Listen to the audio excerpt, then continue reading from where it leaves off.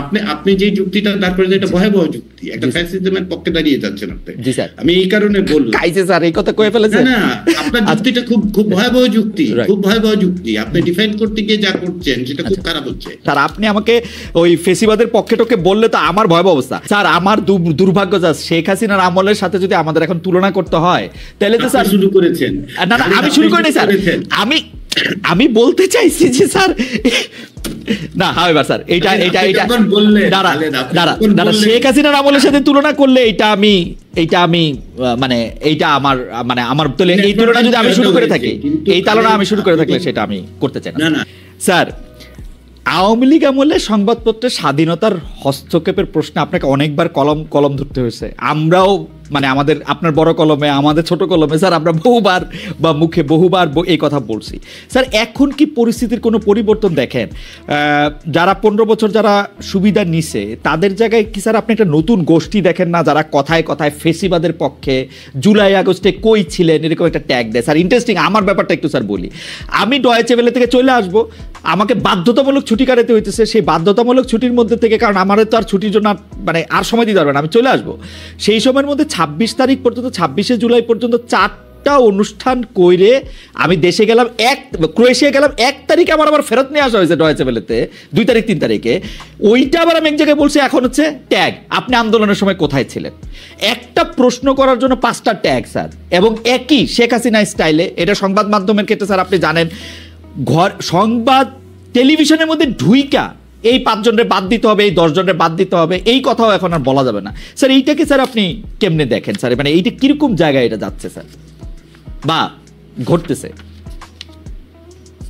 সব ঘটনাই প্রীতিকর ঘটছে তা না, আমি ব্যক্তিগত বিষয়গুলোর মধ্যে যাব, সেটা আপনার বা আমার জারি হোক। প্রশ্নটা হচ্ছে যে, এবং এই ধরনের প্রশ্ন আমার খুব পছন্দের প্রশ্ন, কোথায় ছিলেন কি, এটা কে কোথায় ছিল সেটা তার ভূমিকা দিয়ে বোঝা যাবে, বোঝা গেছে। এটা আপনি খুঁজে বের করুন। মানে আমাকে কেউ যদি বলে কোথায় ছিলি, তো কোথায় ছিলাম এটা আপনি খুঁজে বের করুন, আমি কোথায় ছিলাম সেটা তো প্রশ্ন। প্রশ্নটা হচ্ছে যে আপনি যে পরিস্থিতির কথা বলছেন সেই পরিস্থিতিটা হচ্ছে যে বিভিন্ন রকম অপ্রীতিকর ঘটনাগুলো ঘটছে, যেগুলো স্বাধীন সাংবাদিকতার জন্য হুমকি হয়ে উঠছে, তাই তো? তো সেটা উদ্বেগজনক। আবার একটা ইতিবাচক দিক আছে, এই যে আমি বলে ফেলতে পারলাম বাংলাদেশের মধ্যে মানুষ বলতে পারছে যে এই পরিস্থিতি হচ্ছে। 2 বছর আগে তো সেটা বলা যেত না স্যার, আমরা তো বলছি স্যার। স্যার এই 2 বছর আগে বলা যাচ্ছে এই কথা তো ঠিক না স্যার, আমরা তো বলছি। মানে স্যার আপনার সামনে রেখে স্যার আমরা বলছি যে এই প্রধানমন্ত্রী সমালোচনা করতে হবে। এই প্রধানমন্ত্রী কি সমালোচনা উঠবে নাকি? 100 বার বলছি স্যার, একবার দুবার তো বলেন। কোথায় বলেছেন আপনি? কোথায় বলেছেন বলতে আমি আপনার কথা বলছি না, বাংলাদেশের সংবাদ গণমাধ্যমগুলো সেই ভূমিকা পালন করেছে আপনি বলছেন। স্যার আপনি দেখেন, আমি ইয়ার জন্য বলি স্যার, রূপপুরে যে বালিশের এত বড় একটা অন্যায় হয়েছে, সোনার মধ্যে যে স্যার এত বড় খাদ হয়েছে স্যার, আমরা এই সরকারের অন্যায় যা কিছু জানি 5 আগস্ট আগে তো গণমাধ্যম থেকেই জানি স্যার। গণমাধ্যম শেখ হাসিনার কাছে গিয়া তার দায়িত্ব পালন করে নাই, কিছু কেউ করে নাই, কিন্তু কেউ তো স্যার করছেই। এই ঢালা অভিযোগ তো দেওয়া যাবে না যে গণমাধ্যম কিছু করে নাই।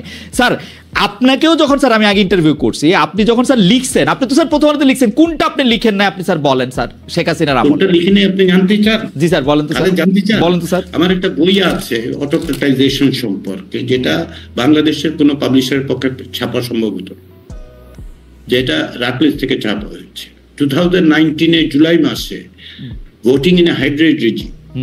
জি স্যার, যেটা আপনার প্যালগ্রেভ থেকে বেরিয়েছে। আপনার কি মনে হয় ঢাকার কোনো পাবলিশার সেটা চাপতে পারে? স্যার আপনি তো কলামে লিখছেন, আমরা যখন জিজ্ঞেস করছি আপনি তো বলছেন হয়তো। হ্যাঁ, কতটুকু বলেছি আপনি বলেন যে ফরেন অ্যাফেয়ার্সে আমি লিখতে পেরেছি যে মানে কোয়াইট স্লাইট অটোক্রেসি, তাই তো?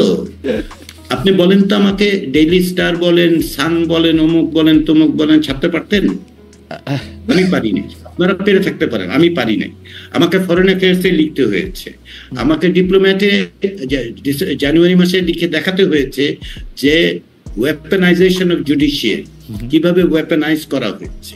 এই যে আপনি বলছেন যে সবই আপনারা বলতে পারতেন, আপনারা সবই না সব ঘটনা হইতেছে। শেষ করতে দেন। আপনি যে যুক্তিটা তারপরে এটা ভয়াবহ যুক্তি, একটা ফ্যাসিজমের পক্ষে দাঁড়িয়ে যাচ্ছেন আপনি।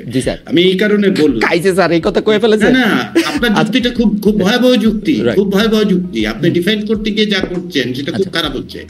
কারণ কি জানেন, আপনি আমাকে বলুন, বাংলাদেশে যখন নির্বাচন হয়েছে 2014 সালে, 18 সাল, 24 সাল, আপনি বলুন তো কয়টা সংবাদপত্র বলতে পেরেছে যে এটা কমপ্লিটলি একটা ইলিজিটিমেট গভর্নমেন্ট? আমাকে একটা উদাহরণ দিন। আপনি গত বছর অক্টোবর মাসে তৎকালীন প্রধানমন্ত্রী বলে পরিচিত যে যিনি ছিলেন, তার কোন ছবিটা ছাপা, কোন সংবাদপত্র তার ছবি প্রথম পাতায় ছাপে নাই বলুন তো? বলুন আমাকে। রাইট স্যার, আমাকে বলতেছেন তো যে গণমাধ্যম ভূমিকা পালন করেছে। শেষ করতে দিন। মোহাম্মদ সাজ্জাদুর রহমান মিলে বছর 3 আগে গণমাধ্যমের উপর সমস্যা মিডিয়া বলে স্টাডি করে দেখিয়েছি কিভাবে স্বার্থের কারণে সংশ্লিষ্ট হয়ে সংবাদপত্র গণমাধ্যমগুলো কি ভূমিকা পালন করছে। না স্যার, সেইটা দুটো কলাম লেখাকে যদি আপনি গণমাধ্যমের স্বাধীনতা বলে বিবেচনা করেন। না স্যার, আমি গণমাধ্যমের স্বাধীনতা বিবেচনা করতেছি না স্যার। আমি আপনাকে আবার প্রশ্নটা বলি স্যার, আপনি আমাকে ওই ফেসিবাদের পক্ষে টকে বললে তো আমার ভয়াবহ অবস্থা। আমি বলি স্যার, আওয়ামী লীগ আমলে সংবাদ মাধ্যমের স্বাধীনতায় হস্তক্ষেপ ছিল, যেটার কথা স্যার আপনি লিখছেন, অসংখ্য লোক স্যার লিখছেন, আমরা এটা প্রমাণ দিতে পারবো স্যার। আপনি যেটা বললেন প্রথম পাতায় শেখ হাসিনা থেকে শুরু করে মানে শেখ হাসিনার, আমি এগুলি স্যার লম্বা তালিকা দিতে চাই না, মানে এমন কিছু নাই যে যেটা হয় নাই। আমাদের প্রশ্ন স্যার, আপনি পরিস্থিতির পরিবর্তনটা দেখেন কিনা স্যার? আমি খুব আগ্রহ নিয়ে পরিবর্তন দেখতে পাই। জি স্যার, তার অর্থ এই নয় যে পরিবর্তন 180 ডিগ্রি হয়ে গেছে এবং সমস্ত রকম স্বাধীনতা প্রতিষ্ঠিত, আমি কিন্তু তা বলছি না। জি স্যার, কিন্তু পরিবর্তনটা দেখতে পাই যে যখন এই পরিস্থিতিগুলি তৈরি হয়েছে, আপনি বলুন যে এই যে এখন কিছুক্ষণ আগে বলুন কি গোয়েন্দা সংস্থার ভূমিকা নিয়ে কে যেন অভিযোগ করেছে, তো গোয়েন্দা সংস্থার ভূমিকাগুলো কি তখন ছিল না? ছিল তো, তাই তো? তখন কতটা বলতে পেরেছে দেশের মধ্যে, সেটা আপনাকে বিবেচনায় রাখতে হবে। গোয়েন্দা সংস্থার উদ্যোগে কোন পত্রিকা দখলের ঘটনা ঘটে নাই, টেলিভিশন দখল। আপনি কি তখন লিখতে পেরেছেন? আপনি পেরেছেন কিনা আমি জানি না। আপনি বলতে আমি বাংলাদেশের কোন গণমাধ্যম লিখতে পেরেছি ব্যাংকগুলো গোয়েন্দা সংস্থাদের দ্বারা ইসে হচ্ছে শেখ হাসিনার? স্যার আমার দুর্ভাগ্য যা, শেখ হাসিনার আমলের সাথে যদি আমাদের এখন তুলনা করতে হয় তাহলে তো স্যার শুরু করেছেন।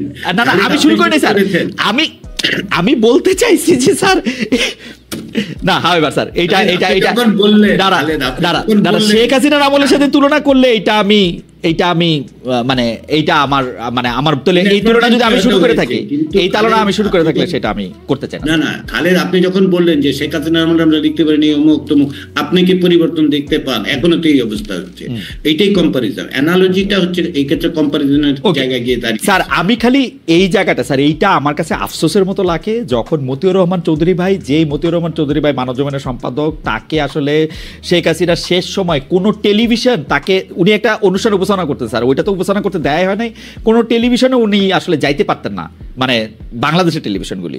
উনি এখন বলতেছেন যে এই উপদেষ্টারা সবাই কি ফেরেশতা, তাদের বিরুদ্ধে কোনো একটা পত্রিকায় কোনো কিছু লেখা হয় না কেন স্যার?